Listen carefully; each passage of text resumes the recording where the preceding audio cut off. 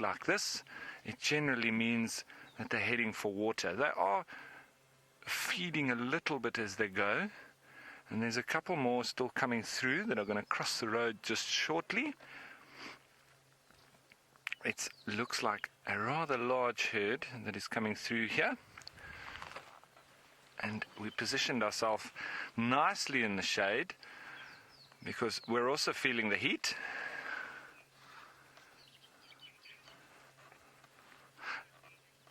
And I believe just up front is the female Fang. She's got that, she's just crossed the road, folks, and she's headed into the thicket. I don't know if Liam can pick up on her there. There you can maybe just see her fang-like tusk that was going through the thickets there. So she's now in a nice big herd. I'm not too sure or clued up too much on her history, but I do know that everybody has got a little bit of a liking to that female Fang, and a very distinguishable tusk that is growing very much downward from there. Okay, folks, while we carry on here, Tristan has got some elephants that are mud bathing. We do indeed, Ralph. It is a great way to get back into the swing of things by arriving down to Gari Dam and having Ellie's having the best time ever by being in the mud and rolling around and giving themselves a really good mud bath. Now, as Ralph mentioned, my name is Tristan. On camera today I've got Fergus, and it's an absolute pleasure to have Fergus on the back of the vehicle since I haven't seen him in quite some time. Now remember, this is live, it is interactive, so it's always great to hear from all of you. Hashtag Safari Live on Twitter or YouTube chat if you'd like to get hold of us. But this is the best thing to have. Normally when we have a hot weather like this, it's nice to have the Ellies around, and they do make their way towards watery points. And Gari Dam at the moment is just a small kind of little wallow effectively, but there's quite a lot of mud just on the edges and fringes of the water, and it's the perfect place for Ellies to come down and really have a good mud bath. And the reason why they're doing this is just to cool themselves down. At the end of the day, when it's hot like it is today, they're creating a layer on their body of cool mud that is going to just protect them a little bit against that sun. It's going to cool down the blood in the ears, and if they've got any parasites on them, it allows them to then find somewhere to rub up on and pull any of those parasites that they have off. Now you can see that female, she really is flapping her ears quite extensively and quite rapidly, and the reason for that is basically just to cool herself down. And especially when they've sprayed a bit of mud or water, they will do this because that coolness of the mud and water on the ears as they flap is going to just cool the blood much quicker than if it dries out and it creates that layer of mud on there. So that's why she's flapping quite a bit. You'll also notice that they're right out in the sun at the moment. You would think after they finished mud wallowing, because it looks like the majority of them are done and are finished with their bath that they've had, you would think that they would start to move off into the shade. But after a bit of rain that we've had and you know, this area flooding with a bit of water, there's a lot of nutritious plants that have just suddenly grown, and so they're sitting there, and you can see they're delicately removing all little bits of vegetation by using those trunks and those two little fingers, and they just kind of roll around and they find exactly what they're looking for, and then they pluck them up. Now there might be a little vehicle that might get in the way of our shot, so I do apologize. I think Tax is going to just pull around. There we go, that's okay. So Tax has just moved off, but they are just trying to get all of those little nutritious growths of herbaceous plants or any little trees that might be growing and any nutritious grasses that are coming up. So it's a perfect place to feed, and if they get hot, then well, they can come back to the water again just now and cool themselves down. But it is amazing to have Eddies around, and I'm so excited that Fang is back. I know a number of you let me know over the course of the week when James found her back on Juma, and the fact that Ralph has got her this afternoon is absolutely wonderful, and it's great to hear that she's in good condition and that she's moving around. So thoroughly happy with the fact that she is back and around. Now what I'm going to do is I'm just going to reposition us slightly. The herd was all swimming and mud bathing, and I didn't really want to try and disturb them too much. I wanted to have a situation where we could try and see them mud bathing, but now that they've stopped mud bathing, I just want to go around so we can see the rest of the herd. No, there's some more behind us coming in. That's actually fantastic news. So I'm just going to pull off here, and there's a whole massive herd that is just joining from behind that haven't been down to the water yet, and so they're going to want to come down. And if we position ourselves right here, we should get a perfect view of all of these elephants coming together. And it's amazing to watch Ellies when they come to water. Look at how they start to break out into a run. They get so excited about the fact that they can get close to water and they can have a mud wallow and they can cool off in these hot afternoons, and so they get all kind of fidgety and lots of noise as well. And look at the reaction now. You'll see these two herds will greet one another. All the babies are being grouped on both sides, are being grouped together. Unfortunately, there's a few warthogs that are also being chased. So you can see there's a couple of warthogs in amongst everybody that are wondering probably what all this chaos is about.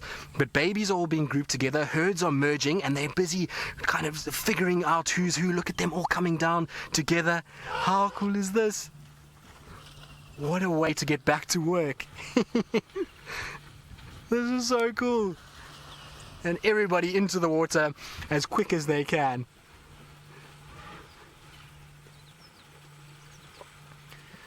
Lily, I didn't hear the question exactly, but I think you said you love how Ellie's, I didn't hear the last part, how chilled they are. Social. There we go. Thank you, Ferg. So yes, that's the best part about it, is when you get these elephant herds and how social they are and how they kind of meet and they greet and everybody interacts with one another. It is the coolest thing to see, especially when you get two herds that come together, because there's a lot of communication that goes on, and you'll find that they'll go and they'll try and kind of interact with one another. A lot of the time it is parts of the same herd, so you'll get a situation where some of these members have fractured off a herd and they're actually related in some way, and so they see each other, there's a bit of a greeting, and then they spread out again. But look at how they've lined up. Everybody's gotten themselves into a situation where they've got their own little bit of space. The problem is that if Ellies have been mud wallowing already here, there's not going to be really any water that hasn't been muddied up by them wallowing and going into the water, and so they're all trying to find a space where they can actually drink. So a lot of the little ones are trying to find areas of water that is not all muddied up. You can see they use their trunk and they just kind of flail it about on top of the surface tension just to break that, to get to the cleaner water underneath. But it is so cool to see. You can see the other herd that was peacefully grazing before the stampede arrived. They've just started going up the hill and away, and they're starting to go into the shade to go and feed, and now the rest of them seem to be following on. A very quick drink and a little quick spray of the ears to cool down, and everybody else is off and moving. And I believe there are more that are arriving behind us. Oh, hello. It looks like all of our gentlemen, well, one gentleman at least, and a female with a little one that are also going to join the fray fairly shortly. He's a fairly young bull, but a beautiful individual. He's got really nice, big, thick tusks. You know, typical bull swagger that they've got when they move down towards water. They kind of bounce on their legs, and then the little one that's running to try and keep up. But this is absolutely wonderful. How amazing is this? We had a really dry, lean spell with elephants in the Sabi Sands for a while in Djuma, and it was tough. We didn't see too many of the herds, and it seems as though in the last few weeks they've started to come back. Since the rains have arrived and fallen, so the elephants are starting to move back into this area, and it's such a delightful way to start an afternoon by coming down to a waterhole and just having this many elephants all around us. I'd actually like to know how many there are. Maybe some of you that are watching on the dam cam that can get some screenshots of the whole herd will be able to tell us exactly how many are here. I would surmise that there's probably between 25 and 30.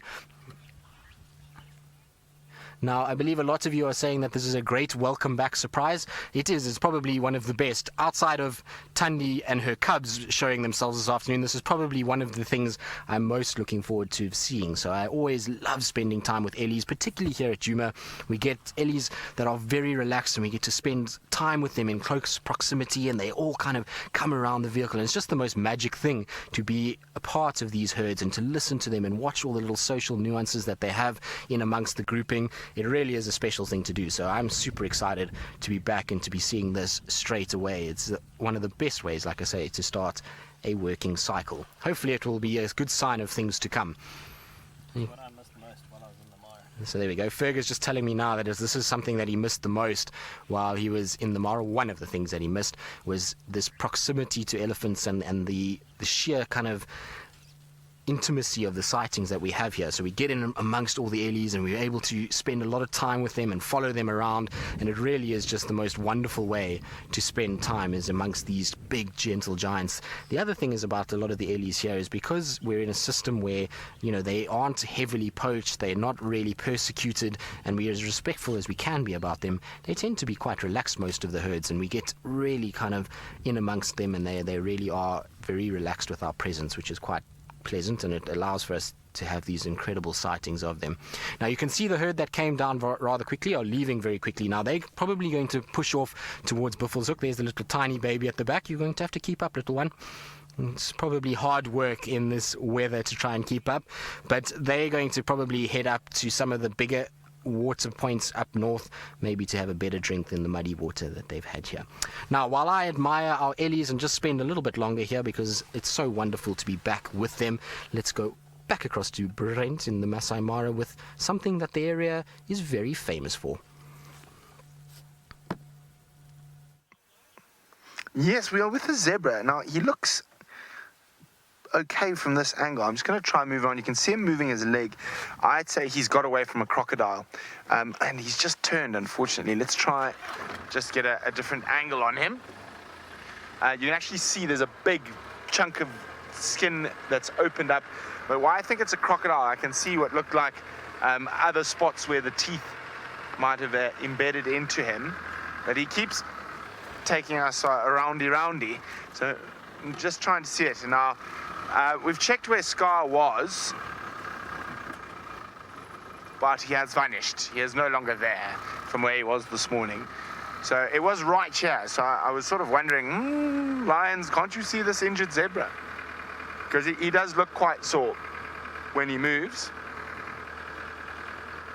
Okay.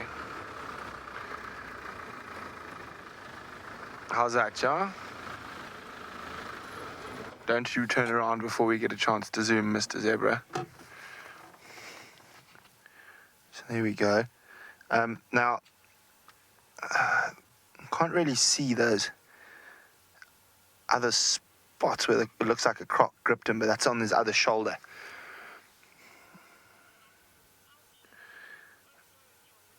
Yeah, that looks very sore. Shame, poor Mr. Zebra. Oh, there's a spurring lapwing behind him. But, yeah, it does look quite sore. It'll definitely impede his movement a little bit, which might make him an easier target for the lions. But I think definitely looks like he got away from a crocodile. Poor chap. Shame. So I think I've got one more spot to check where the lions might be. Andrea, you are 100% correct. That zebra will probably end up as dinner or breakfast or lunch or tea snack or a brunch snack for the Paradise Pride. Are you guys thinking about crossing? Do you not see what happened to him? Maybe not. I think there's going to be a bit of a greeting up there. Looks like the herd jogging in. Quite nice with the little puffs of dust coming from their feet.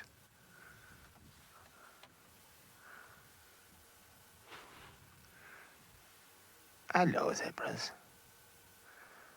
Oh, no, they've stopped to have a look at us.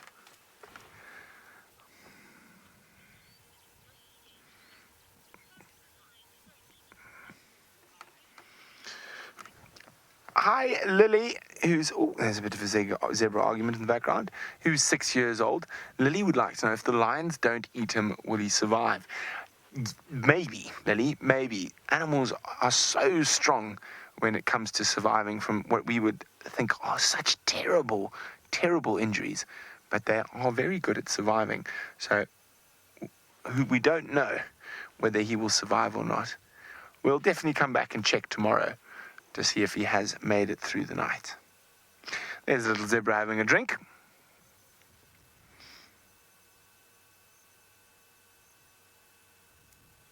Okay, I think I've got one last spot to check for the Paradise Pride and the Musketeer boys.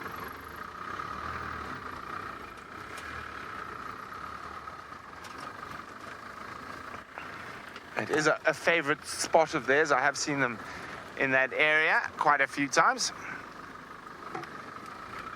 Oh, but it sounds like all the way down in South Africa, my very dear friend Tristan is having a stormer of a start to his afternoon safari. So it seems as though we are not destined to leave Gari Dam this afternoon, because as the elephants disappeared, now so a tall, lanky giraffe has come down, and I'm hoping that it is going to drink. At the moment, it's kind of just sussing out the situation, and giraffe are very cautious drinkers. You'll find they'll come down to water, they'll look around. You can see the elephant in the background actually just going up over the dam wall there, and so they'll come and they'll look and they'll just make sure that there isn't some sort of predator in the area. At the end of the day, when they drink, they often are in a very compromised position. They splay their legs right out, their head is down, it's difficult for them to get back up to stand, and a number of giraffe have been killed around water points, and so they're very nervous about it. They check, they make 100% sure if the coast is clear before they'll then start to have a little bit of a drink. Now, it seems as though it's going to drink in a different place. I was hoping that it would turn and drink side onto us, but it seems as though it's going to drink from a small puddle in the background. The problem is there's some rather large ellies coming down, and so they might push this giraffe off from the water. There we go. Typical cheeky ellies. They often do this, and there you can see a nice gallop from the giraffe. That's very cool. Not often we get to see them running, so always very nice to see how the locomotion works of a giraffe and to see how their legs work when they need to try and run anywhere. Now, this is just a splinter off that herd that we first had when we arrived. They were down behind the dam wall feeding, and so they're going to come in and have a little bit of a drink and a cool down themselves. At the end of the day, they probably haven't had water just yet. They were still feeding, and so it's now time just to cool down a little bit. You can see the little ones do have a bit of water on their ears, and so does that big one actually. So maybe they've come from Twin Dam side. The trunk itself is quite dry, and the feet are dry, which means I don't think they have a situation where they've been to water right now. It's probably from earlier in the afternoon. Now, Palin, you're wondering how many herds I think there are in the Kruger Park system. Palin, that's very difficult question to answer, because the numbers on elephants are not 100% at the moment. The last census was a few years ago, and so we don't actually know how many herds there are. Also, it's subject to water availability, food availability, because as water dries out, so elephants are being pushed into areas with constant water, and the herds then grow. They'll then dissipate when there's more water and food around, and so, it depends on the time of the year. But I can tell you that there's believed to be between 16 and 18,000 elephants within the Kruger Park system, and that would compromise if you think that most of our elephant herds are between 15 and 30. It means that there is a number of herds within that 18,000. It's really a large number, so a lot of herds spread all the way throughout. Now, while our two massive meandering beasts move off in the form of giraffe and our elephants, I believe Jamie Patterson has found, well, the biggest of those that have sharp claws and teeth. And they're hunting, and she's just crept all the way across a massively deep lugger, about to use her claws and teeth potentially on the wildebeest that are up ahead of her. So this is as far as we can go. This is as far as we can follow her. And it might be quite fascinating to witness a hunt from this distance, because we'll get to watch and see how they worked. Well, I was going to say work together as a team, but to be honest with you, she's all on her own. Now, she's got a real problem here. She's stalking these wildebeest, but there's an entire herd of very sharp-eyed impala up and to the left of her. I would be shocked if she manages to get close enough to chase those wildebeest. On this flat, open area, the grass is so short.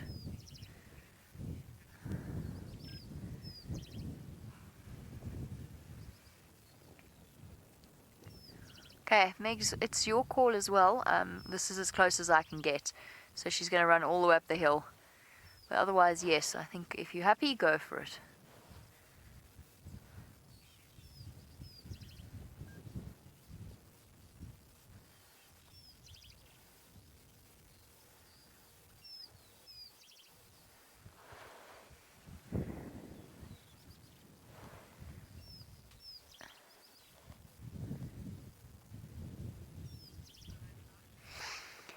Another absolutely gorgeous evening in the Maasai Mara, and we've got a scene from the kind of perspective that we don't often get to share with all of you. So what you are watching is happening right here and right now in the Maasai Mara of Kenya, where a hungry lioness has just broken away from the rest of her pride and is sneaking all the way up a mountain towards an unsuspecting group of wildebeest. So there's some wildebeest, there's some buffalo, and there's some impala antelope as well. But she's all on her own. The other lionesses haven't come to help her. They've moved a little bit closer to where she is, but they haven't come to offer any support. Now, what you're watching is completely live, which means that you can send through any questions that you have in the comments section below. And it's quite extraordinary that technology exists such that we can share these amazing moments that are happening all the way in Kenya with all of you wherever you happen to be across the globe. Our lioness now has to use the land to her advantage. The grass is very, very short. There's no cover for her at all. And I suspect she has embarked on a mission that is not going to succeed. I know she is very far away, so let me just explain a little bit about why she is where she is and why we are where we are. But first, an introduction. My name is Jamie, and this afternoon Archie is on camera with me. And in front of us is an impassable river system. It is absolutely massive. There is nothing we can do. So I'm going to keep watching her, but essentially we can't really do anything. We can't get any closer to her, not without running serious risk of injury in trying to drive across there. But I have something else to show you. And remember how I said that she was without support? She is there. She is all on her own, but the two lionesses off to my right did actually get up, and they did move a little bit closer to see what her plans were and to see whether or not it was worth their energy in trying to go and catch her. Now this morning, this particular group of lions, this particular pride of lions, caught 3 warthog piglets, and unfortunately for them, they've got 13 cubs to feed. There's 4 lionesses. Warthog piglets just didn't go very far at all, so they are really, really hungry. For the moment, she's lying down. So she's lying down over there, and she hasn't crept all that much closer. William from Australia, you say that you are loving this broadcast. Well, I'm really glad that we could share it with you, William. Watching all the way in Australia, it is very special that we're able to do this. And of course, what we try and do is give you, whether it's animals hunting or whether it's animals with youngsters, whatever it happens to be, we try and share these moments with you because it all ties together and tells a story of the lives of these animals.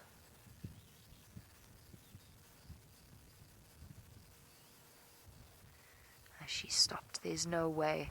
There is... Oh, hold on. The second lioness and the third lioness have now moved down. There they go. They're moving... Yeah, she's moving the one. The one's already down. Let's just wait a little bit longer to see how this works its way out. So we can't obviously now see them. My head's in the way for a start. But also, we can't get any closer down there. These lionesses are now going to walk up just along this path. Excuse me. Over there. There we go. There comes the lioness now. Now, let's watch how this plays out. Because as I said, we don't often get to watch a hunt from this kind of perspective. And it gives us a really sort of broad perspective on the way that the animals work together. Now, Tyler, you're watching in Japan, and you say that you really are enjoying this very much. I'm thrilled to hear it, Tyler. There we go. Our lioness moving up. I've lost a lion, though. I'm sure there were 2 on the right of me. Now I can't see any, and I can only see one over there. Maybe one of them stopped somewhere down there to drink.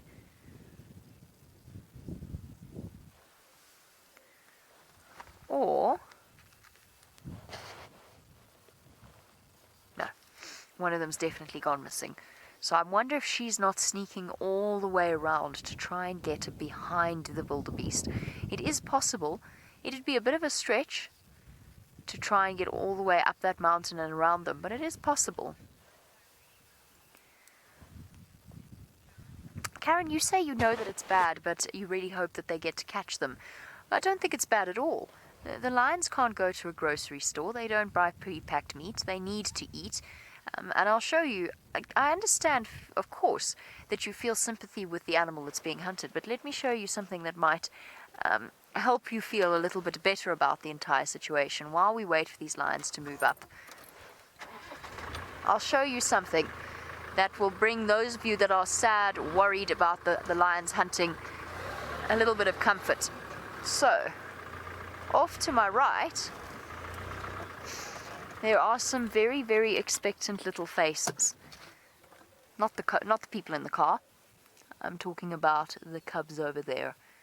1, 2, 3, 4, 5, 6, 7, 8, 9 of them. And there's actually 13 in total in this pride that we know of. And that they're waiting for Mom to bring them some dinner. That's what they're after. That's what they're thinking about. And now bear in mind, of course, that 8 out of the 10 times that Mom tries to get them dinner, possibly even 9 out of the 10 times that Mom tries to get them dinner in these sorts of conditions, she's not going to manage it. And so, what we're showing you is not a kill. What we're showing you is a struggle for survival. Donna, you say that lions are just magnificent. Oh, there we go. Now we've got 2 that have popped out, moving up the path. I agree. Donna, lions are truly magnificent animals. And more than that, they are animals that have the most extraordinary social structure and bonds between the individuals. It's impossible to watch a lion pride interacting with each other, bearing in mind that it is a family unit, and not see just how much affection they have for each and every single pride member. That, of course, in turn, means that they work together seamlessly when it means time to get down to business. Now, she's watching the lioness that's close to the wildebeest. There is an additional factor here. There are three lionesses that I can see. There are 4 lionesses in this pride. One of them is missing, and I wonder where she's gone. And I wonder, as I always do when I watch something like this, is just how much these lions have planned it out. Has she been gone a lot longer than I realized, sneaking around? And these lionesses just waiting for her to burst out from behind the animals? I don't know. I can tell you, though, that I think that this hunt is going to take a very, very long time. In this case, the lionesses really cannot afford to rush things. They're very hungry. And once they scare the animals here, if they don't manage to catch one, everything around here is going to be on high alert. So this is going to be a true game of patience. And I think what that means for all of you, having introduced you to this particular pride of lionesses and their struggle for dinner, I think what that means for us is that we say goodbye to you for now, and we say from Archie and myself a very big thank you. But if anything does change, stay tuned, because we will go live with more amazing stories from the Maasai Mara in Kenya.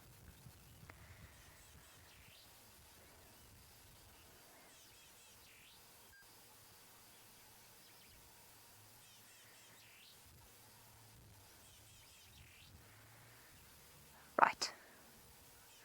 Okay. Well, I don't think anything's going to change, and unfortunately the darker it gets, the harder this is going to be for us. So we'll sit here and we'll figure out what our plans are. Let's send you across to Brent, who has found, well, the fluffiest of all fluffy antelope. So fluffy.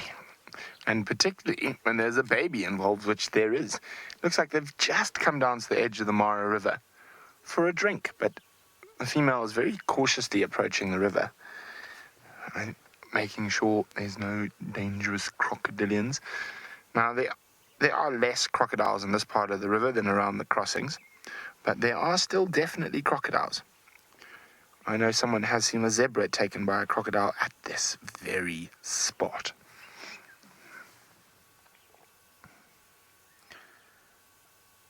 I also think the river might be a little bit... Oh, sorry, I heard something.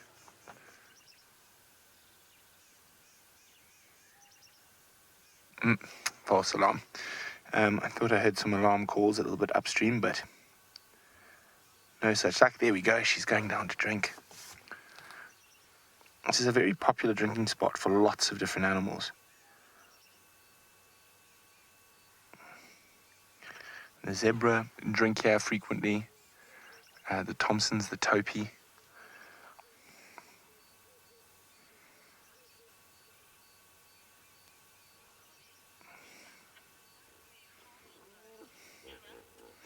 Trap says, I love their heart nose. Their noses are quite special, aren't they? And little one, are you also going to go drink?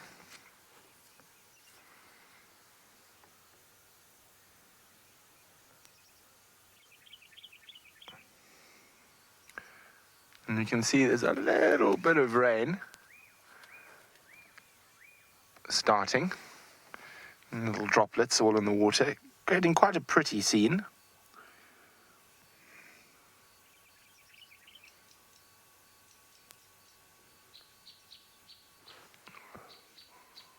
Ooh. I can hear some birds on the other side. Sounded like a puffback shrike.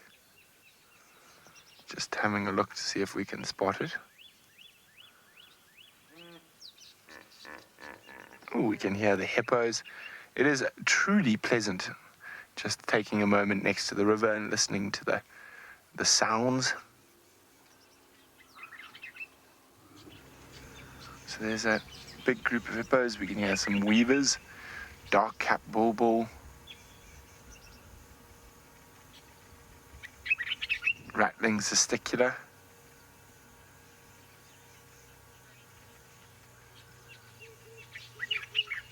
I am a red-eyed dove. I am a red-eyed dove.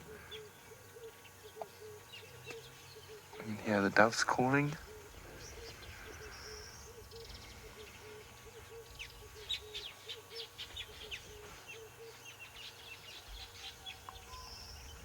Let's see if we can get a view of these weavers and this acacia next to us. Hopefully they don't fly off when we reverse.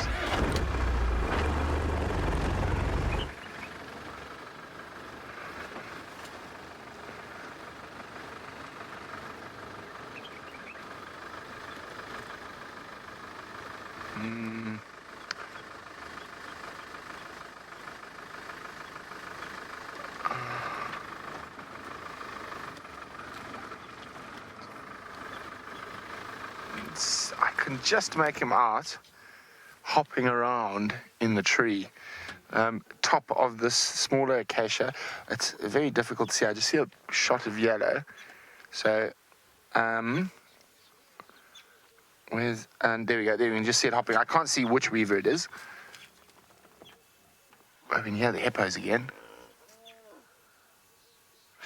Doesn't want to be on camera weaver. That's what type of weaver it is.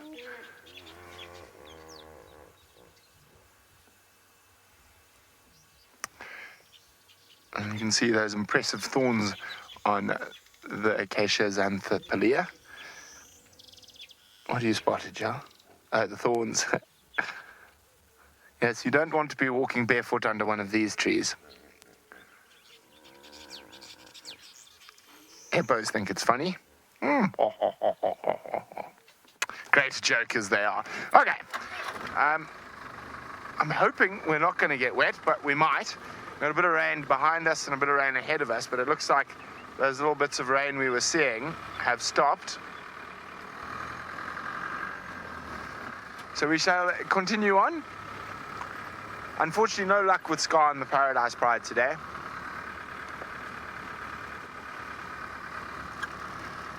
Okay, well, we see if there's any other wonders to find in the Mara. Let's go all the way down south to Rolf.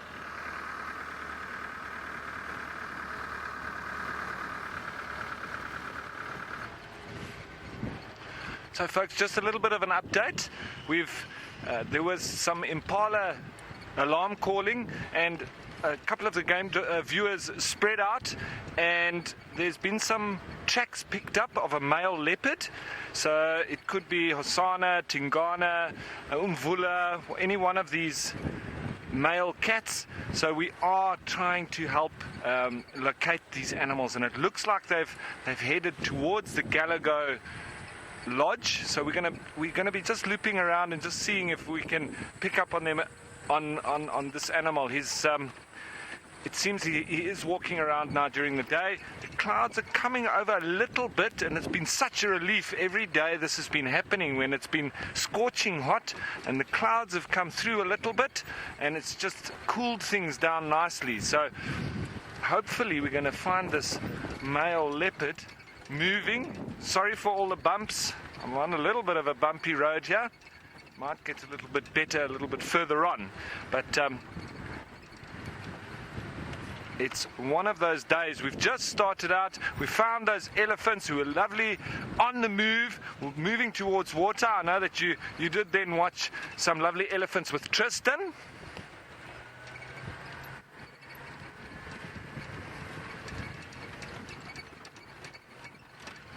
Heavy Bear Toys asking the question, what is the most difficult part of my job? Well, that's a difficult question. There's not too much about my job that I find overly difficult. I do enjoy most of what I do. That's why I'm here.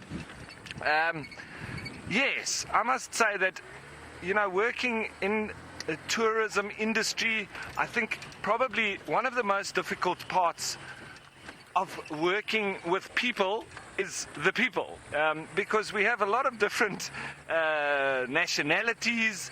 We have people from all over the world. We have people that sometimes don't quite see things the way we do. So it can be difficult. I think initially, especially as an inexperienced guide, that's probably one of the most difficult parts of the job to get over.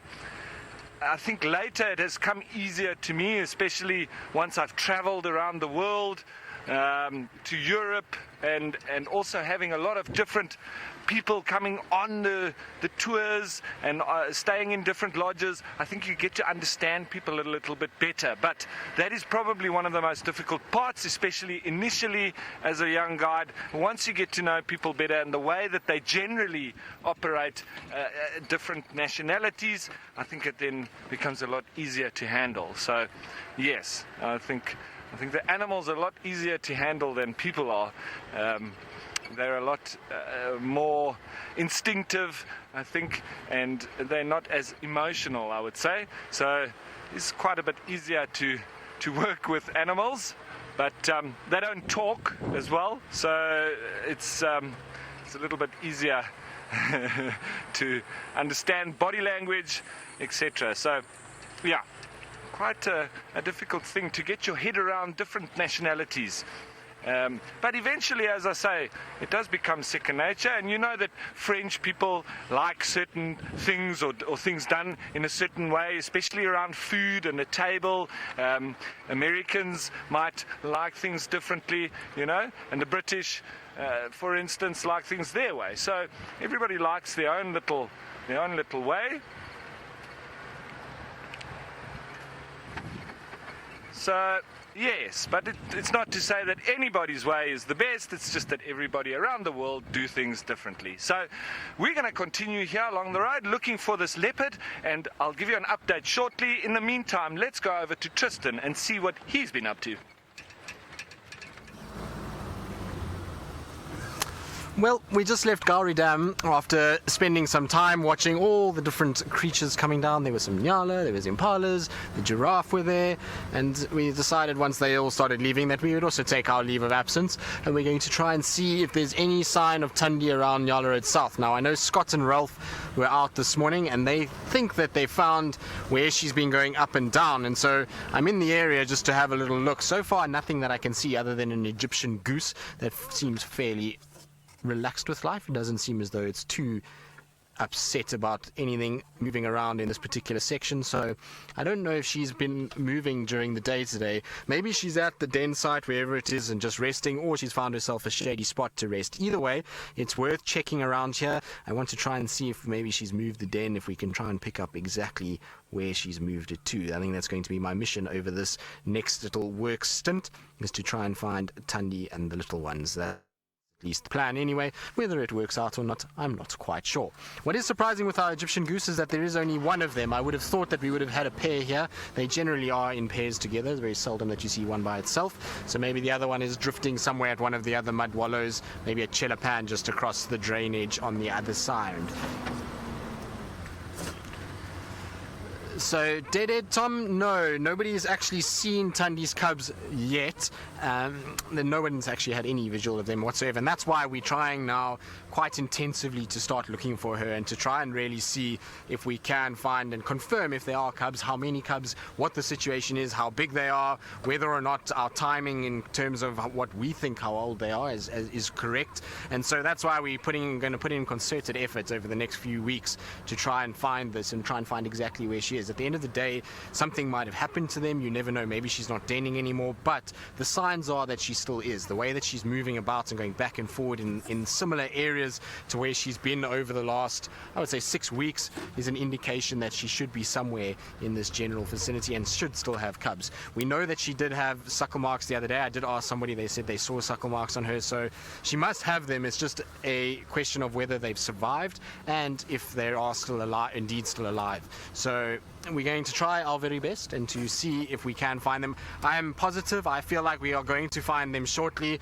Scott and I were talking about it today, that we would try and spend a lot of time outside of drives even to try and find her and see if we can spot her somewhere in these areas. Now, where I'm going now is a little pan that's not too far off from where Scott thinks that the den might be. Scott said this morning he had tracks, like I say, going up and down, quite close to Batelier Road. So I want to just quickly check this waterhole and see if there is anything at the waterhole itself, which is just round this corner.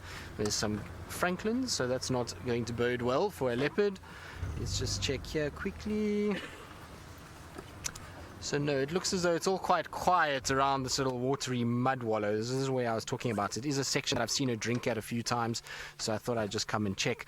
But while I kind of scan, or not, I was going to say while I scan the bushes, we're going to go across to Jamie Patterson, but let's just check and make 100% sure first before we do any of that. Doesn't look like anything's here. The franklins are sort of walking around. They don't seem too ruffled by anything. They're not squawking or squeaking or making any noise. There's no other birds also making any noise, so I don't think there's any sign of her in this potential area right now. But we're going to continue the search, and hopefully we will have some luck at some point. And while we do that, it seems as though Jamie Patterson is having a far easier time of it and has managed to find what she's been looking for. So while Tristan goes off in search of Tundi's cubs, we have some cubs of our own, and they just were looking so sweet that I couldn't resist coming to have a closer look.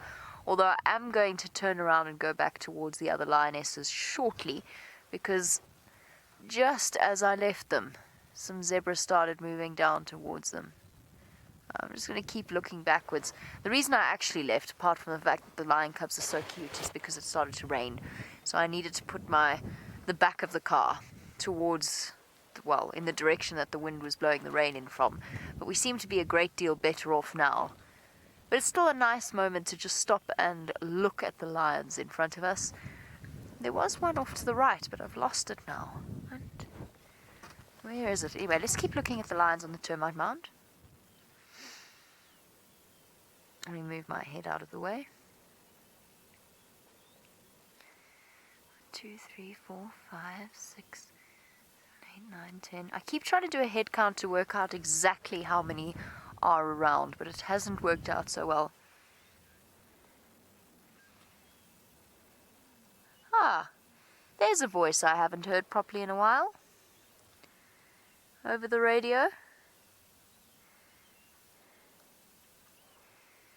Hello, James Hendry.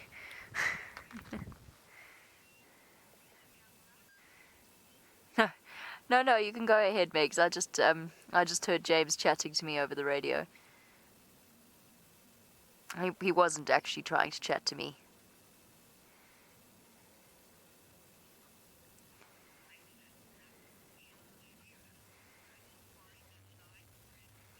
There is the fourth lioness moving up the termite mound. She's now responding to the movements of the lions behind us. So I think she now knows that there is a chance that her sisters could be successful, and we are going to turn around and move in that direction once she comes past us. But we do have a question from a new viewer about whether or not we ever worry that the animals are going to jump into the vehicle with us, or if they are in any way going to attack us, because obviously we're out here in an open vehicle. And the answer to that is no, absolutely not. We're in no way concerned for our safety. Obviously that we don't get blasé about the whole thing. They are wild animals and they are capable of injuring us. However, they have grown up around safari vehicles. They're not concerned by us at all. You can see they haven't altered their natural behavior at all. They haven't shown any signs of fear or aggression, and they don't see us as food either. So there's no reason for us to fear the animals that we see. We've also been doing this for many, many years, so we're constantly watching their behavior, and we're looking to see whether or not the lions are in any way uncomfortable, or any animal, actually. And we're constantly making judgment calls as to exactly where we want to be or what we want to be doing. Oh, 2 cubs on the left, just behind this lot, are busy having a little rough, or were having a rough and tumble. The cubs aren't very playful at the moment, I think because they are so hungry. But usually at this time of day you find that the cubs become particularly playful.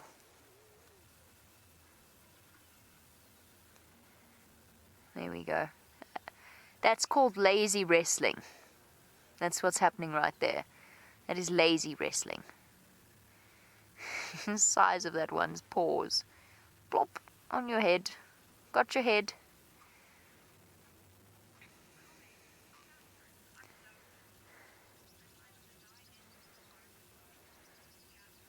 Now, Catherine, you say that you love this pride and that you find that the lionesses work so hard. And yes, they do. They do work very hard. I have a soft spot for this particular pride because it's the pride of lions that I started following from the very beginning. And when I first arrived here, the middle set of cubs were still very, very small, so I was the first person to see them, and I was lucky enough to be the first person to see the youngest set of cubs.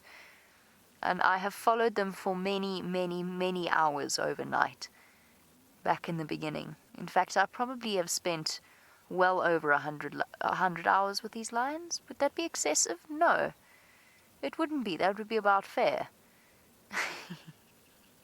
Take down.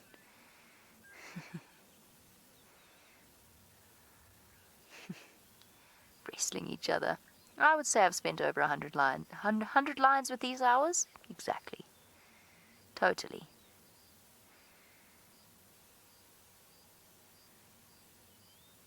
I do have a soft spot for them. I've seen them succeed and fail, succeed and fail. Look at your gorgeous face.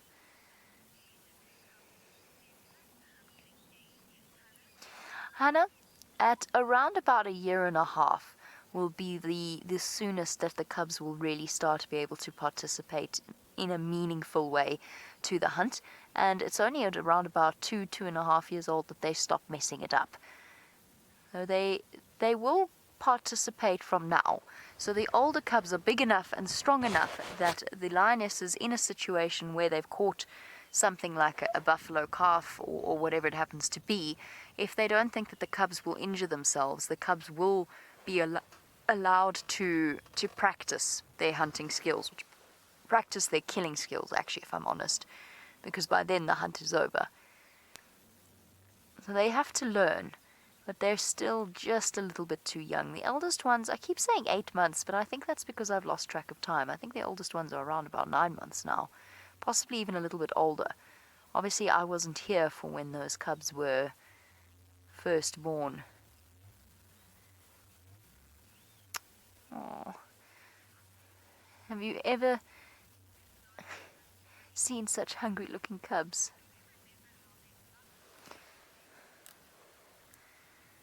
Ah, oh, Megs, I'm so sorry. I couldn't hear that name at all.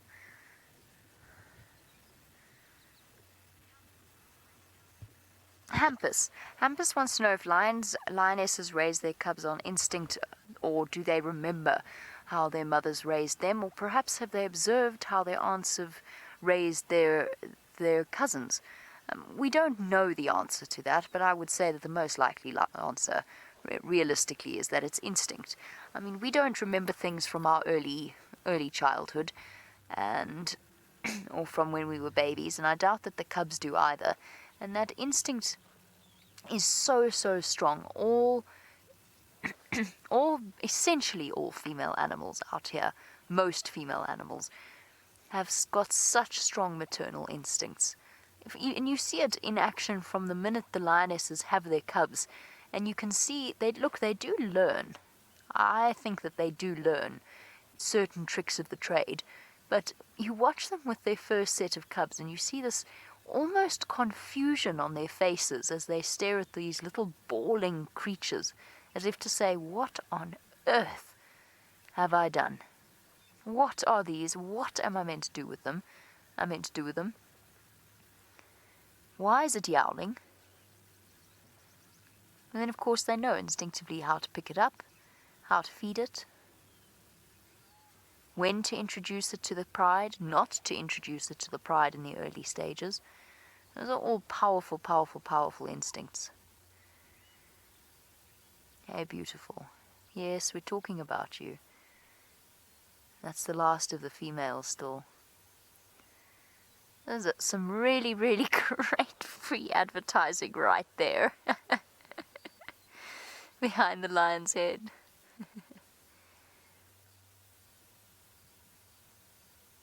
Such pretty lionesses.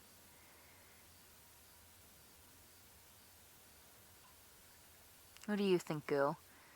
I don't think you think this is a good effort, this hunt. I don't think you think it's going to succeed. But I can tell you that the cubs are eagerly awaiting a good result. In fact, it almost looks, they look like children waiting for their parents to come home with takeaway. Okay, we're going to sit this one out and spend more time with the Angamas. Let's go and find out where Brent is. Apparently he's bumbling about in the Mara. I'm taking a very relaxed afternoon drive this afternoon. I'm hoping that I was feeling lucky, but nothing seems to be popping out for me today. But anyway, that's the way it goes. We are live from one of the most incredible places on earth, the Maasai Mara National Reserve, and it is just quite nice to just take in the scenery. I mean, it is absolutely stunning here. Gorgeous, I say, gorgeous. But yes, I'm hoping I will find some lions of my own.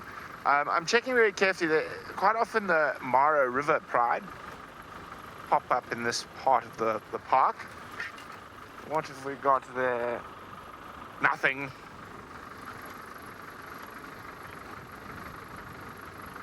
Hello, Benoli. Benoli's wondering where on earth have all the wildebeest disappeared to?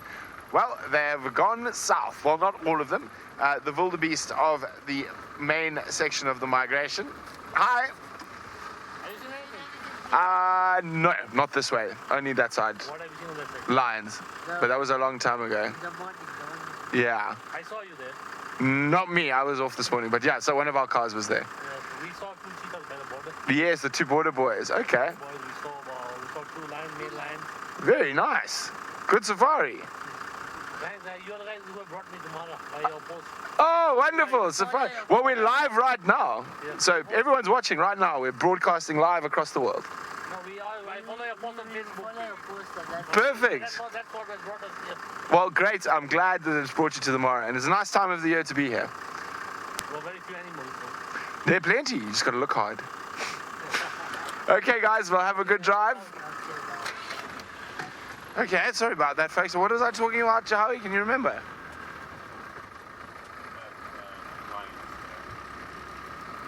Oh, where have all the wildebeest disappeared to? There we go. That was the question. Sorry about that. Got completely sidetracked there by lions and cheetahs and whatnot. But yes, so there's basically 2 major herds of wildebeest in this area. You have the main sort of the migration of wildebeest that travels between the Serengeti and the Maasai Mara. There's about 1.5 million of them, and at this time of the year they've moved south towards the southern plains around Ndutu, where they will go give birth in about 2 months or so. And then they'll slowly start working their way back up, and they should be back in Kenya at the earliest end of June, normally July.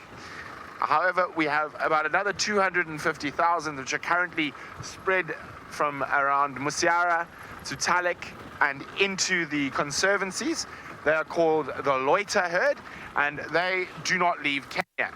They traditionally migrate to the Loiter Hills, which is about 100 k's or so that way as the crow flies, and they give birth around there. However, last year quite a significant number of the loiter herd did not make the journey to the hills, and they actually gave birth on the Paradise Plain in the Maasai Mara. So it's going to be interesting to see whether they decide to hang about or head to loiter this year. Now, one of the problems that's facing the loiter herd, and one of the main reasons why they stayed in the Mara last year, is fences being put up for agriculture. So it is one of the biggest killers of large migrations and animal movements. And it's often not shooting or poaching, it is actually the fence that will stop it. Okay. Where is everything? Not even Ellie's out here today. I feel like some Ellies. I'm going to see if we can find some Ellies.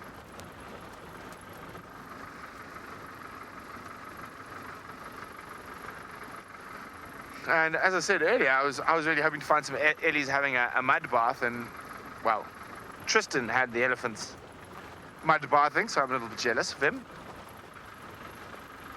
But of course, you never know what's around the next corner on a live African safari.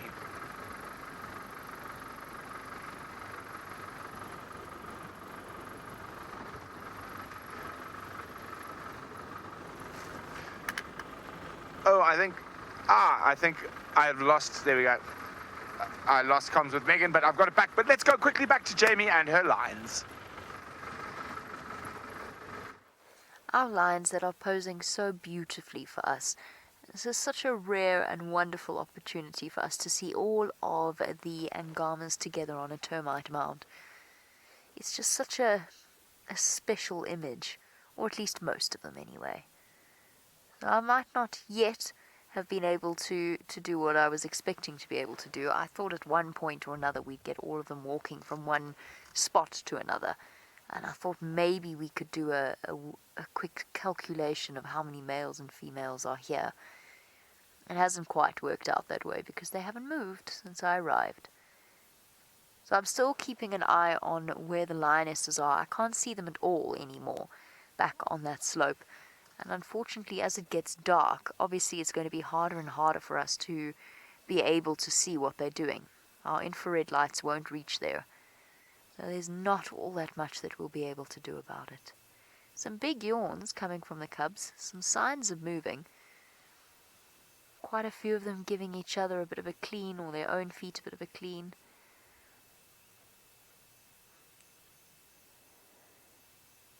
Oh. She looks so dejected. No need to look so dejected.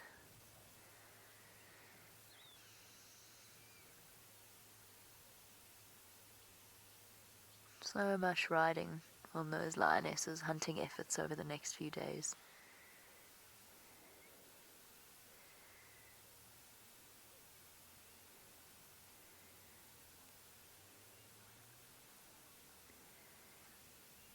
Okay, we're going to spend a bit more time with our puddle of lions and wait to see whether or not the cubs get up and perhaps even start playing.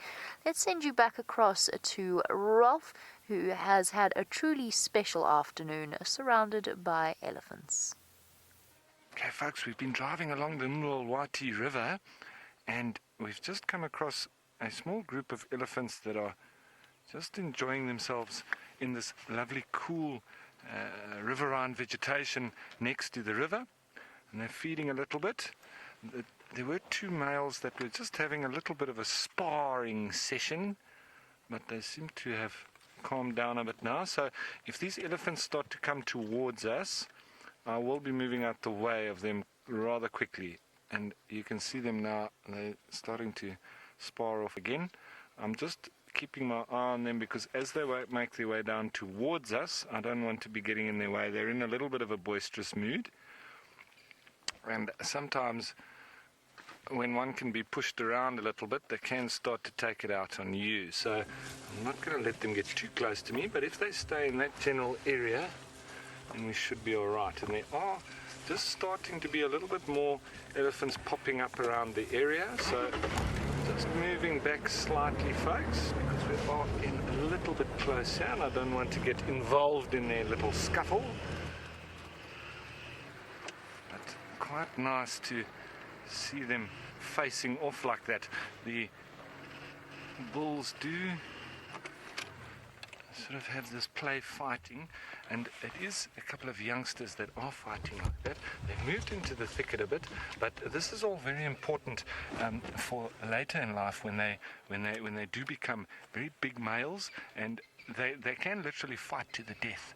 So it's important for them to learn that sparring techniques now, and it's all in the name of for the real life situations a bit later.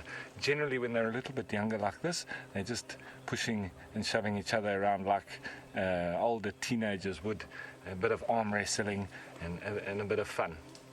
So it's not a life and death situation at present, but they can be a little bit boisterous, and with them being so big, if they do make their way towards us, we do need to be a little bit careful, because we're probably a small-sized elephant with the vehicle and everything involved here.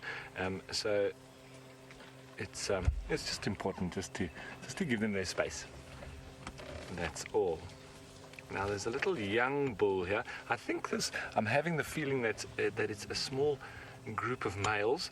I haven't had a chance to positively do a male and female decision yet, but those two that were playing there, definitely males.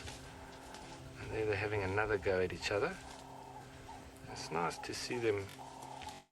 Some are relaxed, some are pushing each other around, and it's been absolutely fascinating that so many more elephants have moved into the area. And Strawhead making the comment, some power struggles going on there. I definitely agree with you, Strawhead. And there's a few of them, they're moving towards us nicely a little bit. That's a young teenager.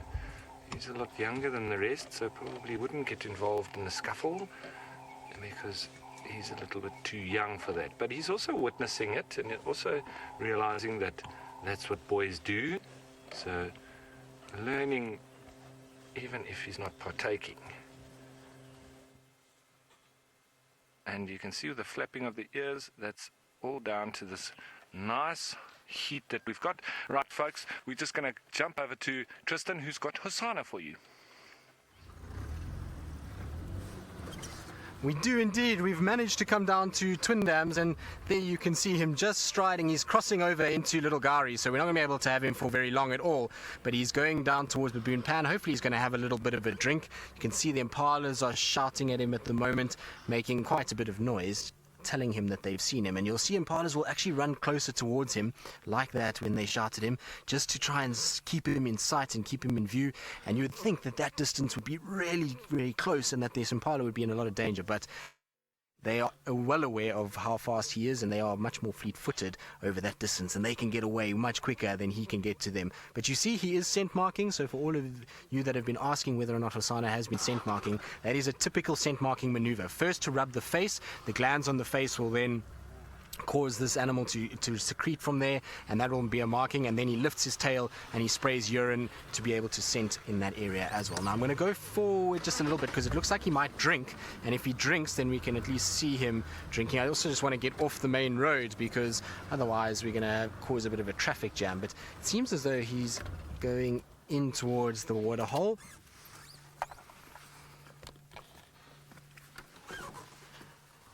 Lara Moore, you say you love that curled tail. It is the best thing, and it is something that we use a lot to spot leopards. When they curl that tail, you can see how that white really contrasts. The rest of his body blends in incredibly well, but when he sticks that tail up and there's that white contrasting bit, it's quite easy to spot them. But it is the best thing when they're getting shouted at. They lift it up as almost like a white flag to say, I'm not hunting you, leave me alone, stop shouting. And I was kind of hoping for a second there when these impalas started to shout at him that it was going to push him back northwards, but unfortunately it seems as though he's going to meander his way straight south and off into Little Gowrie, unfortunately. So he was on our side. He must have been around Twin Dams just having a rest during the day today, and he's then decided to move off. What's he found there? He looks as though he's gone into the bush. What's he got? Maybe he's found a little tortoise or a terrapin. Nope. Sharon, you say it's nice to see the beginning of his dewlap. Most certainly, Sharon. It's definitely starting to drop quite a bit now. You're starting to see a little bit of that fold of skin kind of coming out, and it's looking a lot more like a male leopard and a lot less cub-like as the days go on, and he's growing every single day. You can see he's also got a nice full belly. He's been taking advantage of the lambing season with the impalas and has really gone after quite a few different lambs. There's that tail up again, marking territory once again. There he's just looking as the car goes past. I apologize about the vehicles. Unfortunately, where we are, we can't really position ourselves any differently than what we have already. And our view of him is about to disappear in the next few seconds as he just goes behind a little bank. Once he goes behind there, unfortunately, there's very little we can do to keep him. I'm just going to try go forward a bit, or maybe back for you, Ferg. There we go. Let's see if we can just keep a view of him a little bit longer as he meanders southwards, because he is moving straight off in a southerly direction, which is not ideal.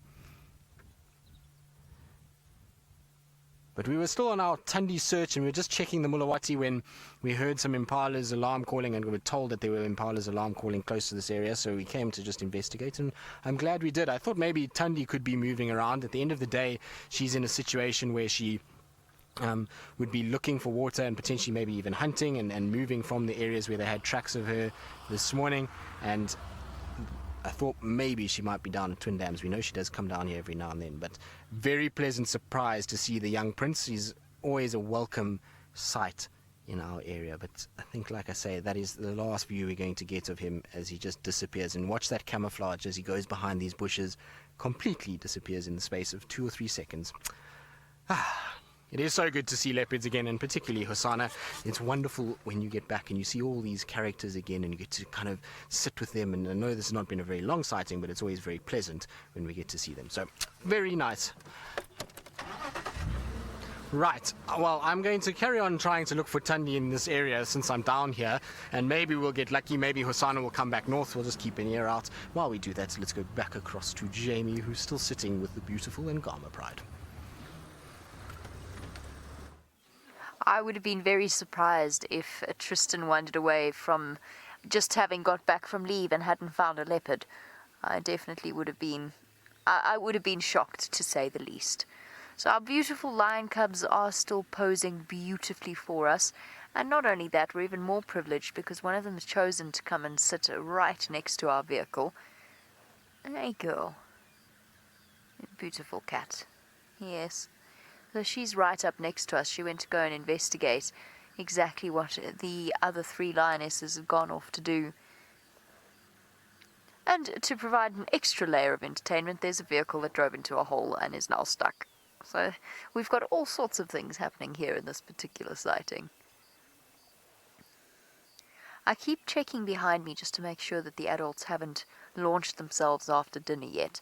I haven't seen any sign of movement, and the zebra and the wildebeest are still looking very calm.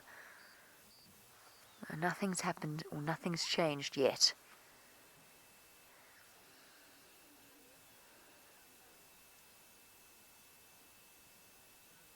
Still waiting, still hoping for dinner. I think what you'll probably find in this particular area is that the lions are going to have to wait until night falls. Get the fly. I would say that they, without any kind of cover, they're going to have to wait for the cover of darkness. And it is getting towards full moon as well, which means that it's going to be even harder for them During full moon nights is when the lions probably have their lowest success rate of hunting at night.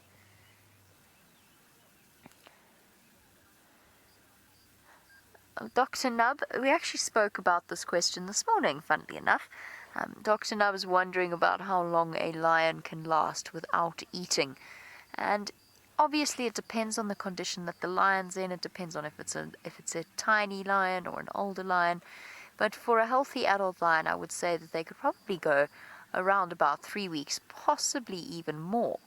But of course there is a very firm cutoff point, because when they can't, although maybe within a pride they'll be okay, but when they can't hunt for themselves, and when they don't have the energy to hunt for themselves, then even though they could survive for a little bit longer, they're not going to survive, if that makes any sense, because it's a tough world out here. And for a lion with a broken leg or whatever else it happens to be, I have seen lion prides feed injured members before. They don't drag the carcass to them or anything like that, and they certainly don't regurgitate like wild dogs do. But what they do, essentially the injured lion drags itself after the rest of the pride, and then they allow it to feed with them. So it is something that does happen.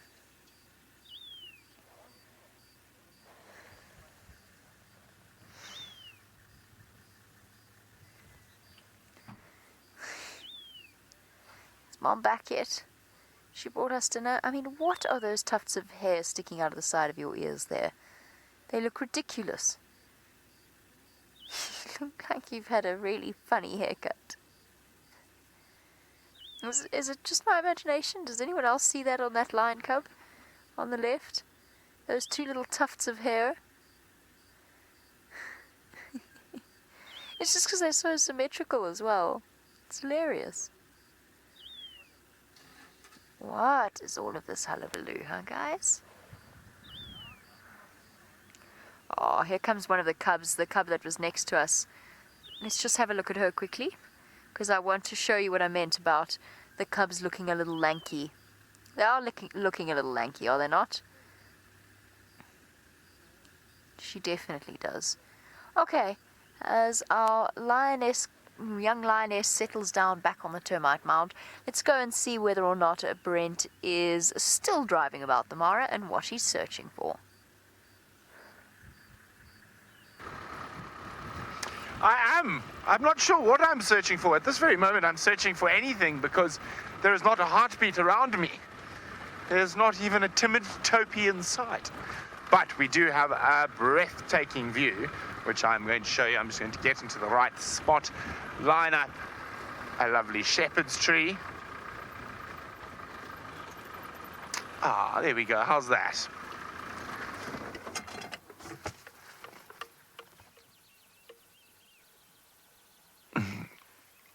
And we can do a little listen to see what we can hear again. I can hear some pectoral patch testiculars. I can also hear yellow-throated longclaw. And there was a bit earlier a red-winged francolin calling as well.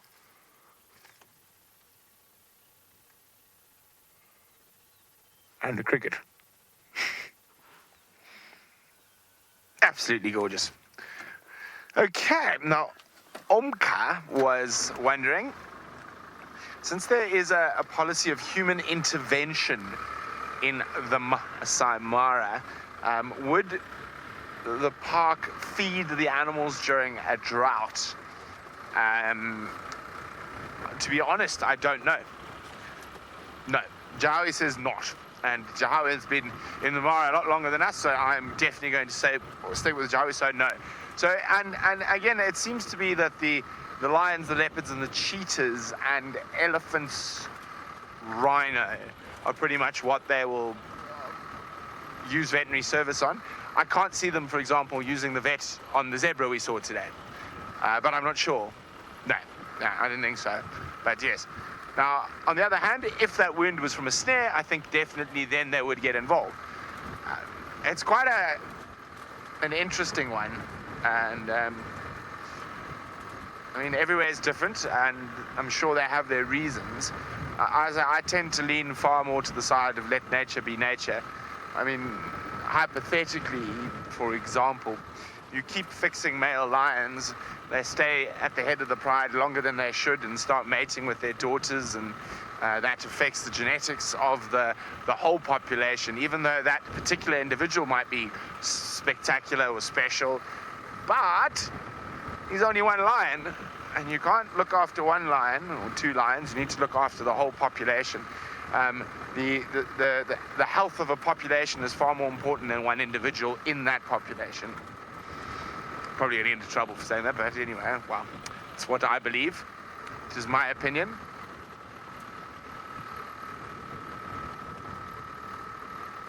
Oh, exciting times. It sounds like Jamie's lions have woken up and are on the move.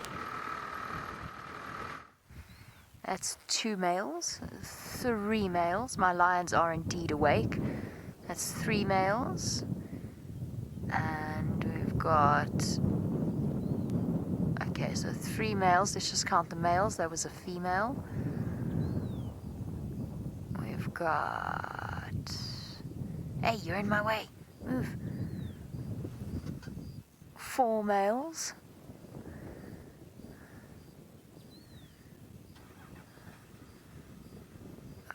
5, 6 males, 7 males. That's a lot of males. Possibly even 8. I couldn't get the last one. So in that group that just walked past me, there was 8 males. I still haven't counted, obviously I haven't counted the lioness, but I still haven't counted these 2, which looks like 9 male, a 9th male. And then, little one at the back, what are you? You look like a female. Or are there little testicles under that tail? I can't tell. It's harder to look when they're a bit younger. So what did I just say? Did I say 9 males? That I confirmed. That's crazy. There's so many males. 9 out of 13. I thought there were a lot of males in that group. But my goodness, if I've got that count right, that's a lot of males of the same age. If I've got that count right, then the Angama Pride, provided all cubs survive, will only have 4 females added to their number when these cubs grow up, and then 9 young males will have to disperse, if they all survive, of course. And they probably won't all disperse in one group. 9 is I could stand corrected on that. Who knows how it will play out. But 9 is not a very sustainable number. Just going to... Forgive me, youngsters. I'm going to examine closely beneath your tail with a pair of binoculars. You're definitely a boy. That much we know. I'm pretty sure that last one was a female. Todd, you want to know why some of them have spots on their legs like a leopard. All lions have spots when they're born. It's to help to camouflage them. And as they grow up, those spots slowly fade. But most lions will never lose them altogether. So if you look at the adult female, it's a bit tricky to see. But she's going to get up and accompany the rest of the cubs now. If you look at her, she's got spots on her legs and her belly still as well. No wonder you haven't bothered all that much this whole time. Did you get the biggest piglet by any chance? Yes. Yes, you did. You're not nearly as hungry as everyone else. Somebody lucked out today. Lucked out on lunch.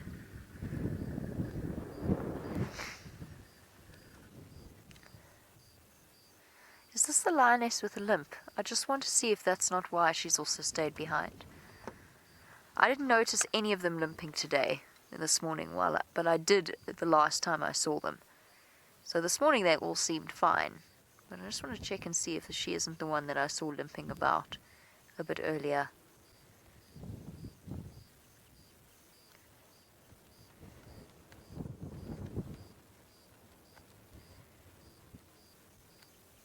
I wonder, can you imagine? 9 male lions. No, they won't stay. I doubt they will stay together. Generally speaking, when that does happen, and of course it does happen with certain prides. Oh, she's walking now. No, she's fine. Little bit of a stiff walk, but nothing serious. Generally, when that does happen, when you get groups of 9 males like that, if I've got that count right, which I think I did, then you'll have a situation where they'll move off in a group of 4 and 5. Or 3 and 6, but probably 4 and 5.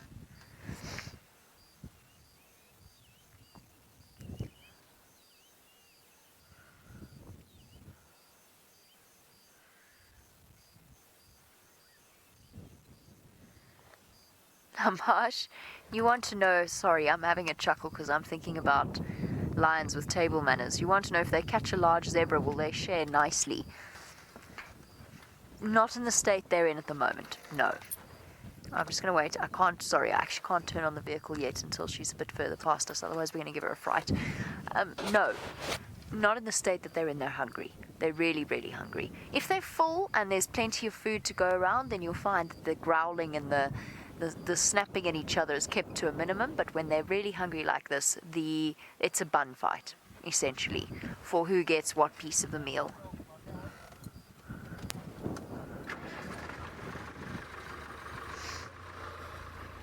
By the way, in the continuing saga of the guy who drove into the hole, his bumper just came off while they were trying to tow him. Poor guy.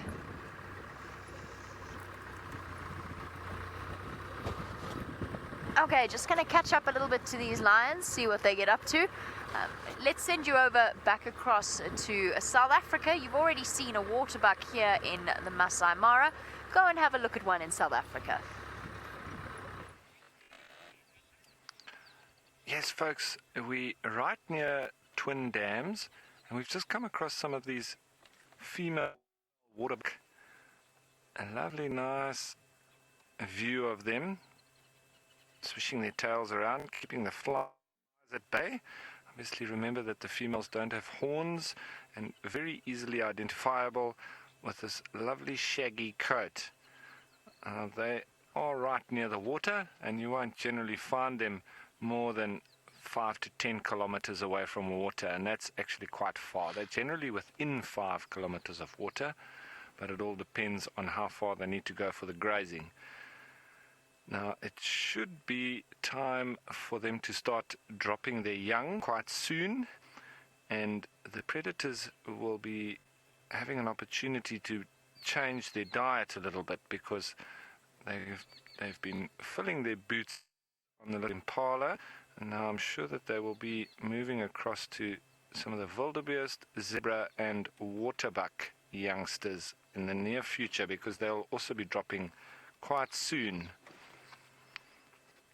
So just lovely to see them feeding here. And remember, the waterbuck, once they do give birth, they've got a tactic where they actually leave a lot of their young in a creche with younger females.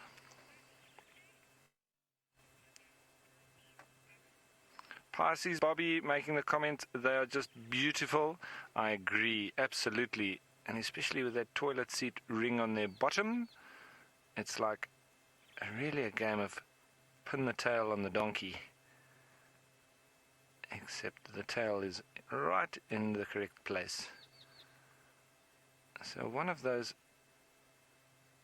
hot afternoons coming down towards later afternoon, starting to cool down, and things are slowly starting to happen.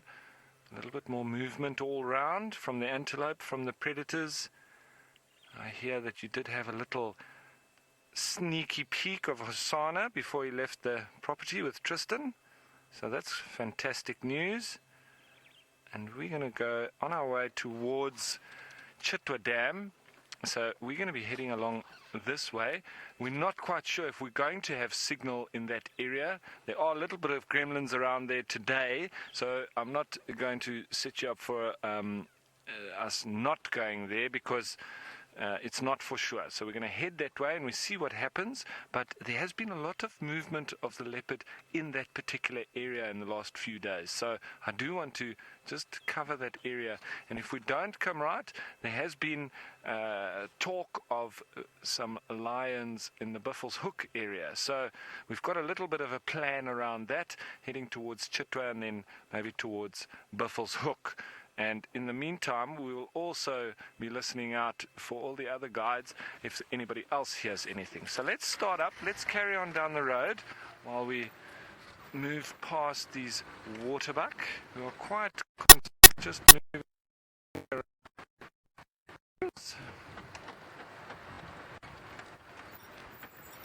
Okay, folks, while I continue to search for any of these big cats, Jamie has still got some of those big cats, and I'm sure she's got lots to tell you about them. I would love to tell you more about them. I can tell you that the lionesses must have attempted a hunt at some point a little bit earlier, because all of the zebra and impala that were gathered round there have scattered. I think that's why actually the cubs got up and they moved in the direction of the adults. They heard the running. Now, it's quite a cold day today, and I promised Taylor I'd look after Maurice for her. So Maurice is both acting as a scarf and also tucked up nice and warm in my jacket. I can make sure that he's fine. I've been sending Taylor pictures of him throughout the course of the drive. Maurice looking at lions, Maurice looking through binoculars.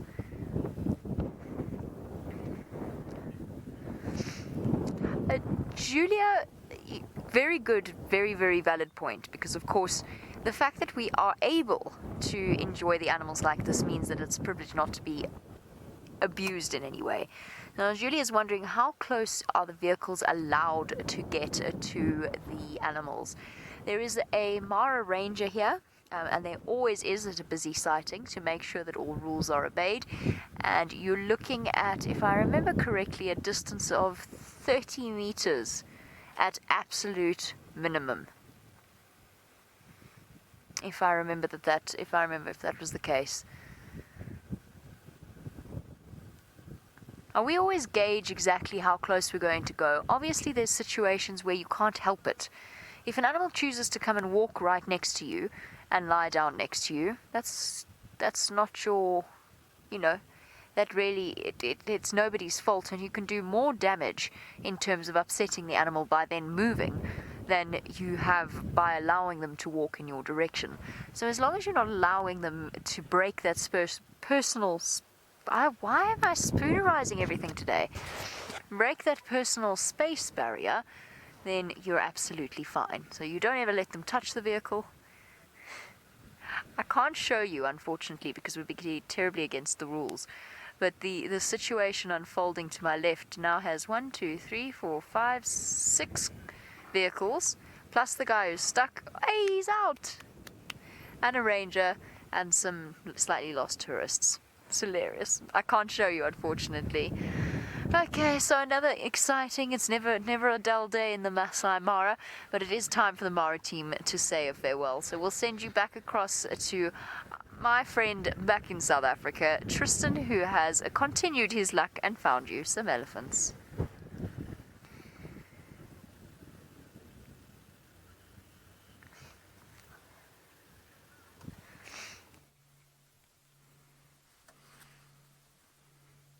I have indeed. It's been a lucky afternoon. We've just literally bumped into animal after animal after animal. It's been quite pleasant, actually. I've thoroughly enjoyed being back in Djuma and having a delightful time of just really not having to work too hard for anything this afternoon. So it seems as though the Ellies are back in full force. Almost every road I've driven has got some sort of sign, track, dung, indication of an elephant somewhere, and now we've bumped into another large herd that is slowly but surely moving kind of in a southeasterly direction. And so if Ralph is going to head towards Chitwa Dam, I wouldn't be surprised that this herd makes an appearance at Chitwa Dam around sunset. That's the kind of direction that they're taking at the moment, and it's a beautiful big herd once again. We've got lots and lots of cows. They spread out all through this thicket, and so it's difficult to actually see all of them. Now you might notice something flying around in front of the lens. We've got a whole bunch of insects that are giving Ferg a hard time. Hold on, Ferg, let's get rid of those for you. There we go. Now they should hopefully be all gone, but we call them muggies here in South Africa. But they are just different types of small insects that fly around. So a lot of those will be biting flies. Often find them flying around in the accompaniment of animals. So they are attracted to the animals, and you find them kind of moving where they are. And they often then congregate around people and particularly lenses for some reason. I don't know what the reason is, but you'll often find camera lenses. They attract them, and even screens of TVs or computers. You find that they flock towards that area. I'd actually love to know why it is. There must be a reason for it. Maybe there's some sort of reflection or something that they like. But anyway, I mean, the ellies are slowly but surely moving along, and like I say, it's quite difficult to judge how many there actually are here, because everywhere I look, they're kind of ones that are appearing like ghosts out of these thickets. It's difficult to see them, and you see that's quite dense to our western side at the moment, but there's another one in the background there. There's one behind us at the moment. I've seen some that are already to our east as well. So it seems as though it's a fairly decent grouping, and they slowly but surely are going to make their way towards Chitwa, I think, for a bit of a drink. Now you can see there's a beautiful sunset that is developing. I think we're going to have a wonderful sunset later, because those clouds are going to just get beautiful colors as the sun gets down a little bit lower. So Shelley, the elephants will give birth year-round. They're not seasonal breeders like the impalas are. These guys give birth at any stage of the year, and so you'll find that whether it's winter, summer, autumn, spring, they all are around, and they are little babies at all of those stages. So it's just at any stage. And the reason why that is because elephants, generally being mixed feeders, they're able to find nutrition in even the most harshest of conditions, as well as the fact that the little ones suckle for such a long period of time. So they suckle for over 2 years, and that means that these little ones are able to get nutrients even when it's quite tough. And as they grow older, then they become adults. The mothers are able to find nutrients even in the dead of winter by going and digging for roots and for bark, and they'll know where there's areas to get food in the winter months, and they can sustain that milk and still be able to feed the little ones. So even though the mothers go through a tough time, they're still able to produce milk and to be able to feed the babies when they're still young and developing. Once they get over that sort of 3-year-old threshold, they're able to feed themselves, and they'll learn from the mothers and from the other herd members, and they'll be able to then find the food that they need and the nutrients that they need. You can see a little young male there, showing everybody that he is a boy. Thank you for that. Got a long way to go, though, before you intimidate too many others. I'll say that. Let's try and just catch up a little bit with them. So take care. You're wondering where the tusk goes into the lip. There's a little covering of skin that's over that top part. Is that part of the lip? Yes, it is. So what's basically happened is those are modifiers in sizes. So they start basically in the jaw and in the bone structure, and they then start to come out, and there's a lip that goes over it. So when they lift their trunk, actually, if you ever get to see an elephant with its trunk up in the air and its mouth open, you'll see the tusk come out from the mouth, and that skin on the sides is just over the top of it. It actually doesn't cover the tusk all the way around. It's just on top. Right. Now, we're going to sit, I think, a little longer with our ellies, because why not? It's such a wonderful creature to spend a lot of time with, and I'm thoroughly enjoying being in amongst them. And I believe Ralph has found the best thing to see, and that is ellies going for a little swim. Yes, folks, and we've got these ellies here going for a lovely swim in the heat of the day. Wow, absolutely awesome to watch. The youngsters all playing. They've had a fabulous time. Heading towards the holiday season, and it looks like the elephants are in the holiday spirit as well. And up in front, they've been chasing off the Egyptian geese. And it's been a lovely little sighting, this, with these individuals. They might go back in the water. Throwing logs out the way. Strutting his stuff. I don't know if that is a male or female. I haven't looked at that closely. It is a female. It doesn't look in the best of moods, so I'm just going to move a little bit out of their way here, folks. They are making their way towards us. A little bit in the way all. Once again, once elephants show that they're in a bit of a boisterous mood, We don't want to get in their way, and the idea is for us not to be changing their behavior in any way whatsoever. So we don't want to be in their way, especially when you can sort of see that they're coming in your general direction. Okay, now they've turned a little bit, so I'm just going to turn a little bit more out of their way as well. You see how they're reacting towards the Egyptian geese. We don't want them to act the same way with us. They are coming our way. They're continuing to come our way, so I'm just going to back up a little bit. As you can see, they're in a very boisterous mood, starting to throw some sand over themselves, so they might stop, but it's just a bit of a wall of elephants coming our way, and we don't want to tempt fate. So just give them their space, their right of way, and we should be fine. So, and the hippos off to the right of these elephants as they make their way towards us have also been having a little bit of a argy-bargy.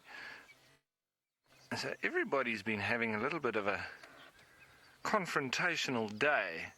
And I'm not really in the mood to confront either of them, hippos or elephants. So they can by all means make their way in whatever direction they want. I will give them the right of way. And they've just come out and they've started throwing dust over themselves, stopped now and starting to feed a little bit on these plants. It almost looks like it's these devil thorns, but I'll have a look now in a minute. These yellow flowers, it's pioneer plants all over this disturbed area. And they've got, it's quite green foliage on them with yellow flowers. And in a minute I'm just going to check what they are. See, there is a couple of young bull elephants in the group. I'll just keep my eye on them. There's no real big bulls here. They are making their way across, and as I've said, folks, if they start making their way towards me, you know, sometimes the youngsters can be a little bit boisterous, and then they obviously bring the adults with them. Now look at that, there's a bit of an interaction there between the elephant and the hippos. That young bull didn't really like those hippos being too close to him. Okay, Mummy. Don't mean any harm, and we're well out of your way. Thank you very much. That's fantastic as they all march past us. Sometimes they can just have a bit of a look at you, just to check that you don't mean any danger, and off they continue. Now they've headed off round the side, while these hippos now start to display. Wow, look at that.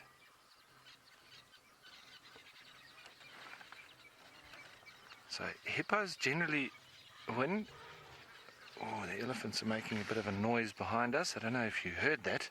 A little bit of a trumpet. I don't know if that was the matriarch, which was the biggest of the elephants there, that female, or if it was that young male who was being a bit boisterous towards the hippos. But the hippos, when they open their mouth, like we saw that one, I think we caught the end of it as I don't know if it's a male or female there, but they will both do it. They open their mouths almost like a big yawn. That's more of a dominance display or a bit of an aggression towards each other. They're showing each other how wide their mouths can open or how big their gape is.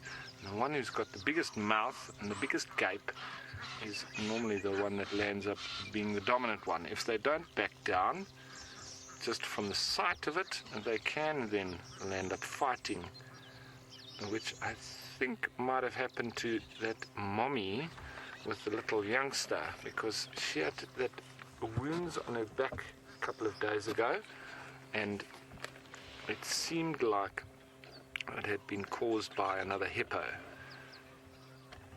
So she might have been in a small altercation. I'm looking, there is a number of birds flying overhead. Looks like it could be martins. I'm just checking. No, it's swifts. I'm not quite sure exactly which ones. I'm just trying to see nice and closely, but they move so fast. I'm just going to check in my book. Swifts. moving through, and there's hundreds of them. I'm just checking in my book a little bit, just to see which of the swifts we are looking at. It looks like it could be, they all looked black to me, but I'm not quite sure. The African black swift, very common in the area. I don't know, it's quite difficult, folks, to see. They're obviously all little black dots there. A whole host of them. Could be little swifts or black swifts. African palm swifts a little bit more rare. And they're quite interesting because the palm swifts, I mean, and I'm not by any means saying that these are them, but the palm swifts are quite ingenious because they literally stick their eggs on the inside of palm leaves and they hang. And the babies, when they hatch, they literally immediately hang as well. So a friend of mine was actually looking after a couple of little baby swifts, and I got to see how they actually hang. Even from that tiny little chick stage, even in captivity, you just put a stick over a box and the little swifts will hang upside down from the stick. So they are totally dependent on hanging for when they rest. Otherwise they maintain flight and staying on the wing. They eat on the wing and they do most things on the wing. They even drink, and that's what they're doing. They were doing it a minute ago. A lot of them were swooping down and just taking a little drink, and they do have quite a special hinge on the bottom part of their jaw, which enables them to drink at speed like that, because you can imagine the force of it as they scoop that water. If it wasn't able to hinge, they would literally snap that bottom part of the jaw off. So quite important for them to be able to shift that, and it's obviously be able to do the little scoop. Okay, folks, we're going to start up and move along the dam wall of Chitwa Dam, and then we're going to go round towards the airstrip, and it's getting that time of day when the leopards are starting to move around, and there has been some in that area. We're in the area that I did see Hosanna yesterday evening, so we're going to now go and look for some other ones. Maybe we can find Tamba. Apparently he has been in the area too. Never know. Let's go and have a look. So I'm starting up here. I'm just going to go in the same direction that those elephants walked. Right, folks, we're losing signal, so let's cut back to Tristan and see what he is up to.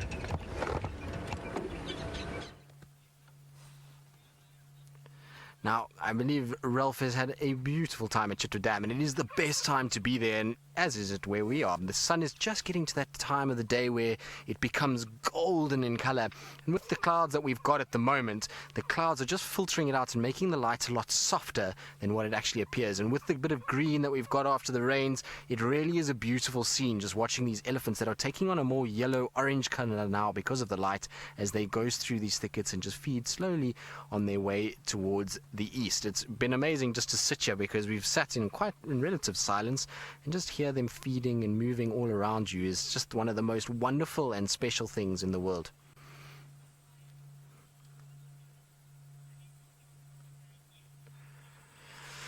So, Kathy from Ohio, you're wondering if I've seen my girl Fang yet? No, I haven't. There's a couple girls that I need to catch up with in the next few days, and Fang is most definitely one of them. I know everyone was super relieved to hear that she was back at Djuma, and it was a matter of time. I know a lot of people thought that maybe we didn't have any information and that maybe something had happened to her, but an individual that sort of well recognized with a tusk that shape and the size that she would have been sighted somewhere in terms of if she had died. So somebody would have found her. We would have heard of a big elephant carcass with that fang or that tusk that grows backwards, and it would have been easy to kind of follow where she would have been. So I wasn't too concerned. It just took a lot longer for her to come back than I initially thought. So I'm super happy that she's back in this area. I don't know. I know James saw her, but I haven't seen the footage. And I know that Ralphus saw her this afternoon, but what I saw one or two photographs, and what surprised me is it looks as though she was on her own. Now, Fang generally was always in a very large herd, so it'll be interesting just to see if she is part of all these groups of elephants that have arrived at Djuma. I'm absolutely shocked at how many elephants we've seen this afternoon. Literally, we've seen elephants absolutely everywhere. It's been come around the road, and they're there. Not that I'm complaining. It's the best thing in the world to have lots of Ellies around. I was saying to Ferg, when we have elephants, we seem to have lots of leopard as well, and so maybe that recipe will carry on for the next couple of weeks. It's a great recipe to have. There's nothing better than both of those animals, for me anyway. I like to spend time with both of those kind of species, and so it's really good to come back to a lot of them, and I hope that I'll catch up with Fang fairly shortly, and the other female or lady that I would like to catch up with fairly soon is Tundi. So the two of them, that will be my mission over the next few weeks, is to try and find those two individuals and spend as much time as I can with both of them. I absolutely love Fang and the herd that she was a part of. It was an amazing experience to be there when that whole sort of scenario played out.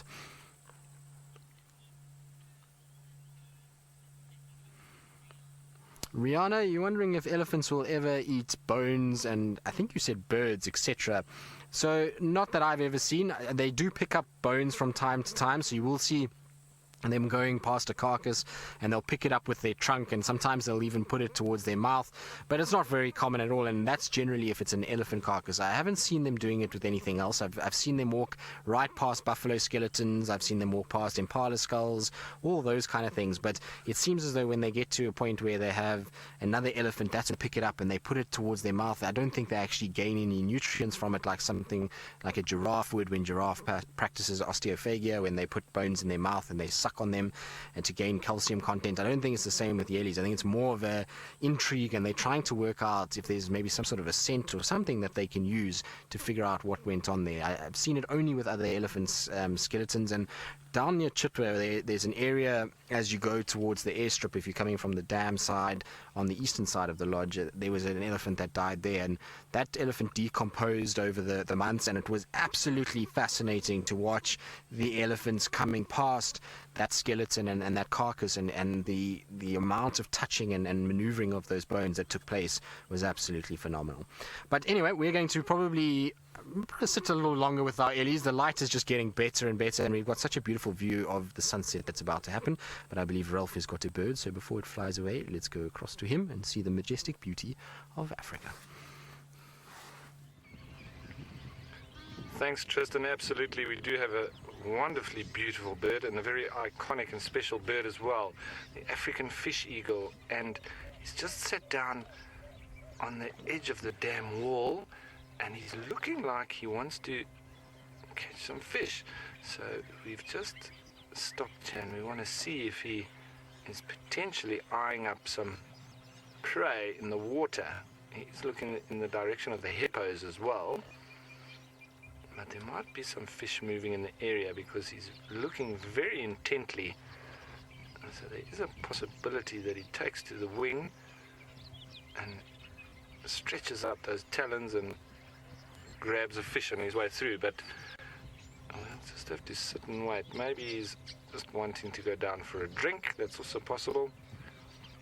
Predators are always looking like they want to chase prey. He was just doing a little bit of feather maintenance there, shifting his feathers around, running his bill through them as well. It's important for birds constantly to be maintaining their feathers. And they usually molt up to 3 times a year, so they get a whole new set of feathers, but they do work their way through. They're not dropping all the feathers all at once. As you could imagine, it would make flying a little bit difficult and make them look rather naked. And just behind him, a double-banded plover just ran off, and he needs to be careful as well, because this fish eagle will not only eat fish, they do eat birds as well. They'll eat reptiles. I've seen them eating monitor lizards, and maybe even baby crocodiles. So they will eat all sorts, not only fish. And in some places they hardly eat fish at all. It all depends on their environment, but you don't always find them eating fish. It's just very iconic and beautiful and amazing to watch when they do actually go fishing, stretching those talons out and grabbing the fish out the water. But it needs to be quite a specialized bit of hunting that, because the fish need to be right near to the surface when he's able to do that. So, and he needs to be able to see them for a prolonged period on the surface too.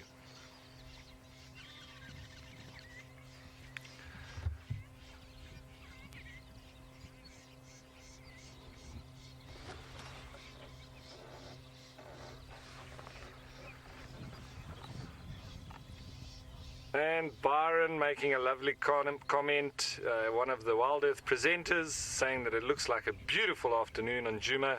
Absolutely, Byron. It's a fantastic day. It's been lovely and hot, but we've had lots of movement of elephants, and hopefully we're going to see a little bit more of the leopards as well as the sun starts dipping. Tristan did see Hosanna, if you didn't see that. Now, folks, I'm in a little bit of two minds, because I don't know if I should be starting up and moving towards this fish eagle, because I think I might disturb him. So we might have to just sit and wait a little bit and see what he's going to do, because I'd hate to change the behavior of him unnecessarily. And if we do change of place, we might actually miss this bird flying down and attempting a catch. Okay, so we're going to continue sitting here, and hopefully we see this fish eagle take to flight and do a bit of hunting. But in the meantime, let's go over to Tristan, who's got a little creepy crawly to show you. I do indeed. I have a very pretty beetle that is just sitting and enjoying the afternoon sunshine as much as we are, but I can't seem to figure out exactly what it is. The angle that we've got is not that ideal in terms of what the beetle looks like. I've just got its back end with its legs. It's almost got a very rounded back to it. Now, I know that we do get milkweed leaf beetles that have a greenish coppery tinge to the back, which it could be. The shape is right for that. It's not one of the emerald dung beetles that we get. They are a lot different in terms of the shape of the actual beetle itself. Now, I'm just trying to look through my beetle book, or not my beetle book, but my book of insects, should I say, because maybe, just maybe, the answer lies somewhere in there. I also thought maybe it was a jewel beetle, but it's not that. It doesn't have the right sort of look for a jewel beetle, so I'm not 100% sure what it is. Maybe some of you out there might know what it is, although it does look dung beetle-ish now that it's turning a little bit, doesn't it? So let's try and have a little look quickly, because there is an emerald coloured dung beetle that we get here, and there it is.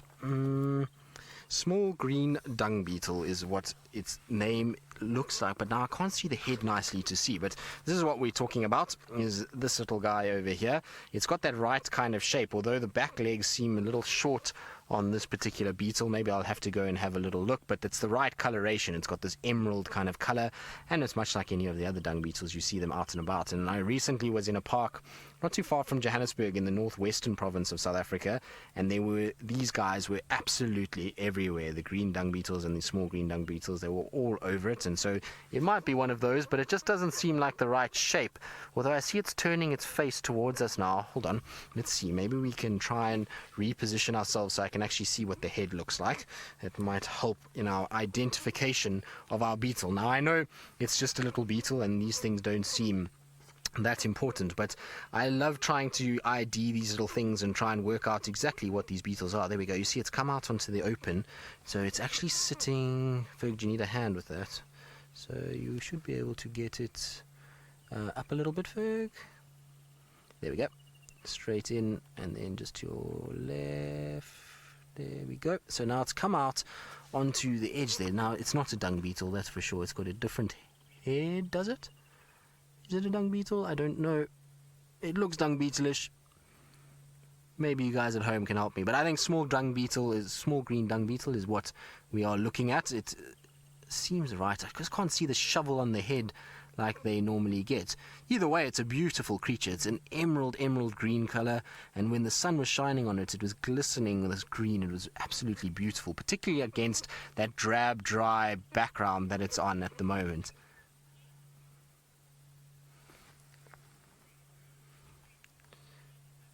Ladybirds, you're wondering what type of ladybirds do we get here in the Sabi Sands? Well, we get, I think, 3 different species, if I'm not mistaken.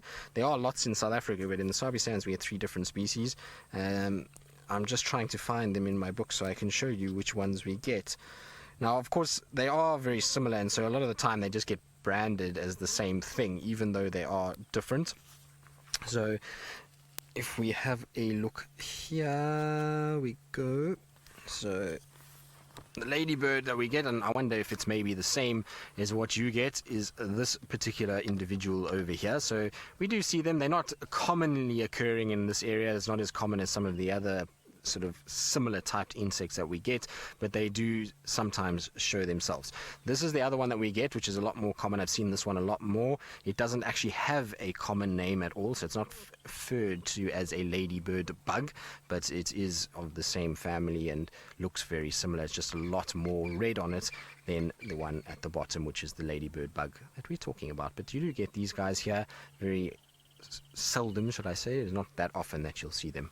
Anyway, I'm not 100% sure what our little insect is. It's now flown away, so maybe some of you got screenshots and you can help me out and identify it. Right, now I'm going to leave our ellies because they've drifted off into the bush, into the thickets. We're going to try and see if we can pull a little rabbit out the hat with Tundi at some point. And while we do that, I believe Ralph has found something rather stripy to look at. Yes, Tristan, stripy and a donkey in pajamas. And that's our Birchall's or Plains zebra. There's a lovely stallion here, all on his own. And as such, his behavior is also that of being not as skittish as a group of them. And he's so photogenic. It is fantastic to see that. Just off to the left of him, approaching the waterhole, is a waterbuck as well. That's a nice bull waterbuck, starting to get that lovely curvature in his horns. And it looks like he might be coming down for a drink, as I would do too if I was an animal in this heat. Oh, decided against it. Oh, he doesn't like that spot. He's going to look for a better spot to come down. Now, it's a lovely reflection of him as he goes past. There's little to no wind, and just in front of us the zebra has started to graze a little bit. And there we go. The lovely nice back end of a zebra, and remembering that we do get different zebra in South Africa. I know we get a couple of different ones up in the Mara as well. I know of the Giraffe zebra and the Birchall zebra up there too, the Plains zebra. We get the Cape Mountain zebra, and up into Namibia you have the Hartmann's Mountain zebra, but their stomachs are white and they have a dewlap, and they don't have that lovely shadow stripe that you're seeing there on the rump of this, well, the rump going down the legs and up the torso of this Birchall zebra.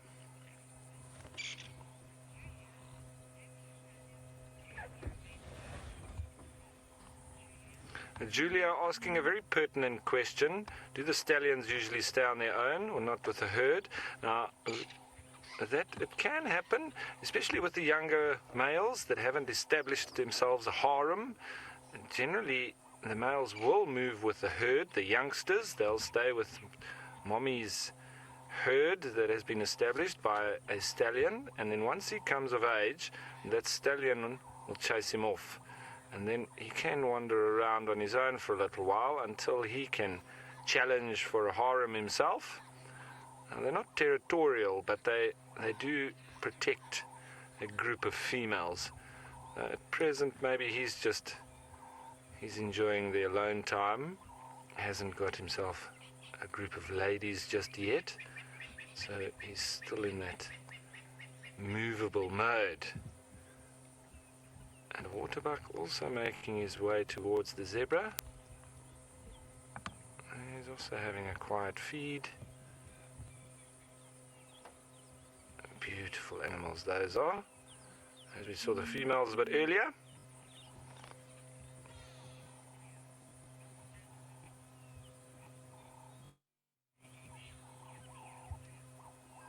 Kathy in Ohio asking what antelope have curled horns, I believe. I think the question was. Well, we have quite a few different of the of the antelope, and as they curl, yes, we do start to be able to tell the age. Now, with the waterbuck, once they get a full curl, it's normally at about 50 months. So if you can do the maths on that, with kudu, also with the curls in a kudu's horns, you start to get the third curl at about 18 months. Their horns start curling a lot earlier in comparison to the waterbuck. Sorry, I just keep looking a little bit away from the camera because there's a great go-away bird which is alarm calling just off to our right. But so a lot of the antelope, you can tell their age from the curvature in their horns. As with the springbok, there's also curl. And a lovely story that I do have about the antelope and how they got the shapes of their horns. Well, initially, all the animals used to feed out on the plains, and it was the lions and the predators were with them as well. And none of them had horns, and the lions also ate grass too. Now, one day, the lions, one lion in particular, he got a taste for meat. He tried to eat a little impala, and he loved the taste so much that he started to aggressively chase all sorts of antelope, and he told all of his friends, and so all the lions started to get a very nice taste for meat. Now, the antelope had no way of defending themselves, so they were a little bit perturbed by this whole thing with the lions starting to eat all of them, as we see some warthogs there that have just been in the water. So the antelope were very perturbed about them being eaten by all these lions. So they went to the wise owl and they said to the wise owl, we need a way of being able to defend ourselves. So the wise owl said to them, you all need to go down to the waterhole on the full moon, as we're having this evening, the super moon. You need to go down to the waterhole, and you need to go in the waterhole, and during the night you will grow some horns that you will be able to defend yourselves with against the lions. But you must stay in the waterhole until the full sun of the next day returns, because at such time your horns will set and they'll be lovely and straight and spiky, and they'll be able to help you defend yourself as a weapon against the lions. So the antelope listened to the wise owl, and all of them went down to the waterhole, and they lay in the waterhole and they started to grow their horns. Now, there were some different reactions to them growing their horns. A few of them got very excited, and as the sun came up and they started to see their horns, they started to run out in excitement with this new addition to their body and such wonderful things on their heads that they could now use to defend themselves. But they weren't listening to the wise owl.